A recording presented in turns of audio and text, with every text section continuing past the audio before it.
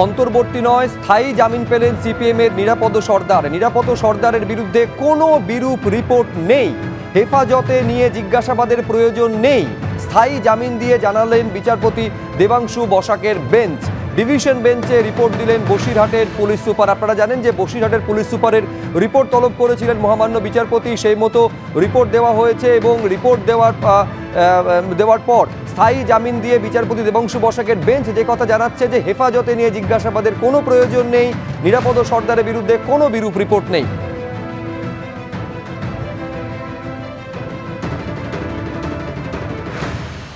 আর এই মুহূর্তে সরাসরি আপনাদের ন্যাজাটে নিয়ে যাব। দেখতে পাচ্ছেন সিপিএমের সেই মিছিল, সন্দেশখালী ঘটনার প্রতিবাদে সেই মিছিল শুরু হয়েছে।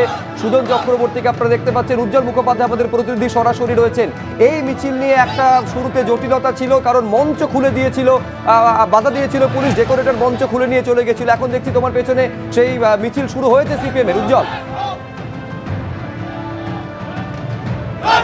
দেখো সেটা হচ্ছে আজকে এখানে মিছিল থেকেও বড় কর্মসূচি ছিল, সেটা হচ্ছে সমাবেশের ডাক দেওয়া হয়েছিল নেজারে এবং সেখানে প্রধান বক্তা ছিলেন মোহাম্মদ সেলিম। কিন্তু গতকাল রাত থেকে এখানে 144 ধারা জারি করা হয় এবং সিপিএমের অভিযোগ যে তারা যে মঞ্চ বেঁধেছিল সেই মঞ্চ খুলে দেওয়া হয়। এরপরে আমরা দেখলাম মোহাম্মদ সেলিম থেকে শুরু করে নেতৃত্ব তারা মাইক হাতে, হ্যান্ড মাইক নিয়ে তারা বক্তৃতা করেন এবং 144 ধারার মধ্যেই তারা মিছিল করবেন এই সিদ্ধান্ত তারা ঘোষণা করেছেন। আপনারা এর মধ্যেই মিছিল করছেন, 144 ধারা আছে, কেন করছেন? থানা 20 গজের মধ্যে আছি আমরা। পুলিশ তো সকালে বলেছিল মিছিল করতে দেবে না, মিটিং করতে দেবে না। 144 ধারা আমাদের আটকানোর জন্য তো নয়, তৃণমূলের লোকজনকে বাঁচানোর জন্য করেছে। এবার পুলিশ নিজের পিঠ বাঁচাক।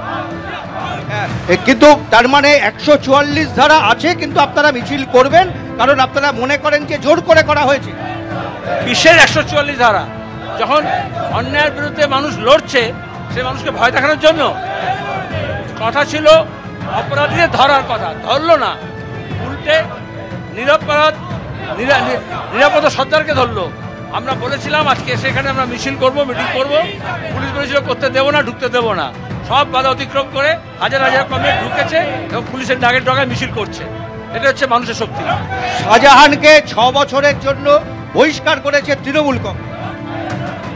যে বহিষ্কার করেছে এবার তাকে মানুষ বহিষ্কার করবে, শুধু একজনকে বহিষ্কার করলে হবে?